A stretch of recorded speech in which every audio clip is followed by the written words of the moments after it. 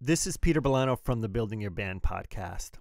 Today I'd like to walk us through a full installation of Intuitive Keys.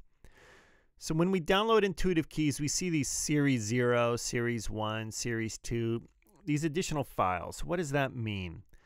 Well, if we go to intuitivekeys.com/versions, you'll see the latest versions that we've created so far. And right now we have Series 0, which represents stock main stage. All right, so that's what you paid for.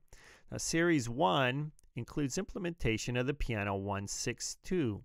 Now, when you're ready to kind of take the next step with main stage, and you're gonna, there's always room to keep going. So when you're ready to take that next step, Intuitive Keys is ready for you. All right, so what you're gonna want to do is go to piano, go find Piano 162, and this is a free or nearly free piano.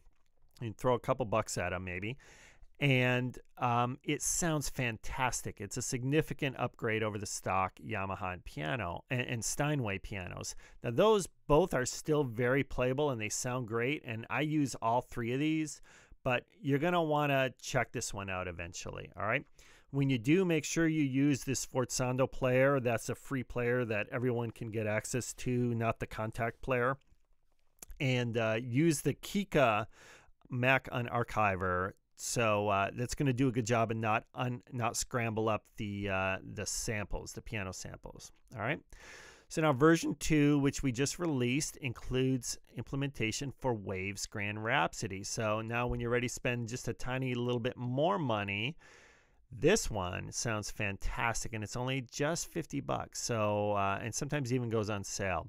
So you're going to want to check that out at some point. And Intuitive Keys is ready for you. There it is. It's included. It's not an additional purchase. And we'll be talking about maybe what Series 3, 4, and 5 should look like in the Facebook group. So I hope to see you there. All right, so now we're ready to go, and we are going to start out not by clicking on Series 0. First, we have a little work to do. All right, so we're going to go into main stage, and we're going to go over here to the sound library and open Sound Library Manager.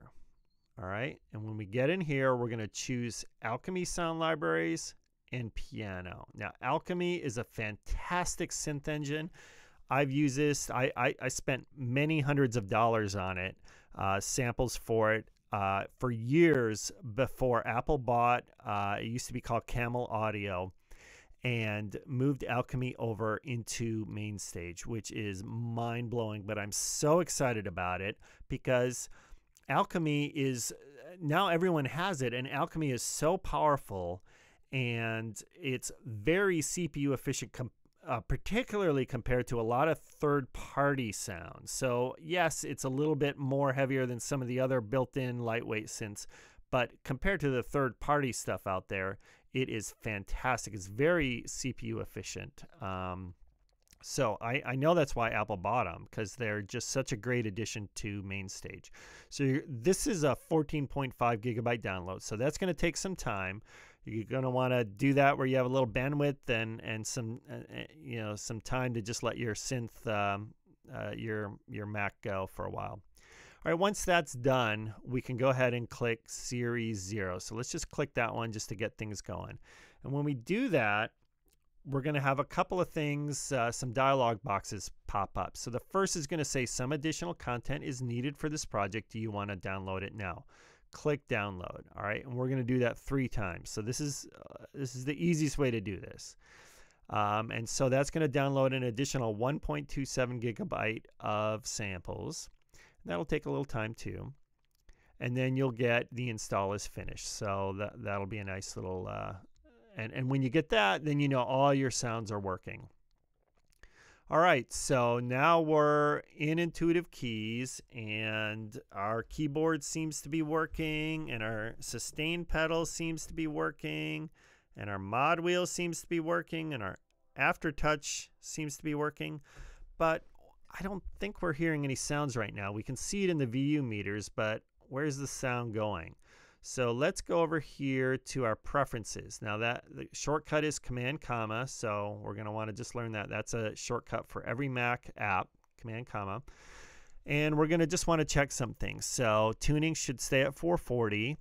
Autosave should be set to never. We don't want MainStage doing something when we're not asking it to do it. Audio interface. So our audio output. So I normally gig with my Scarlett 2i4, but for us to hear it in this video, I'm going to just choose loopback for now.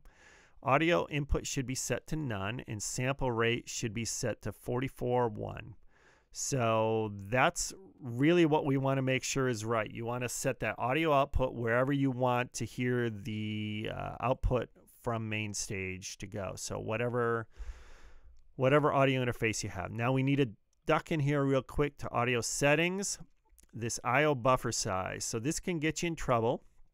That's why it's in the advanced, behind the advanced button, but you need to know it's there. So if you go down here, your poor machine isn't going to be able to keep up. It's just going to create noise and it'll sound horrible.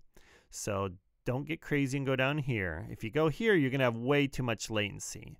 So 128, 256. If you got a faster machine and feeling kind of brave, you can go to 64. If your machine's slower, you might end up going down to 512, and you might tell there's a little latency there, but I've played at 512. It's completely doable. All right, and if we do all that, we should be up and running, and you should be able to hear that now.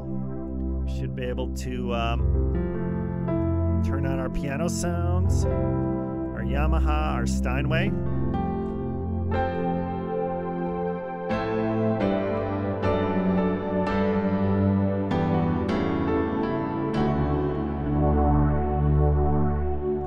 Everything's sounding great. So that's really it for the installation.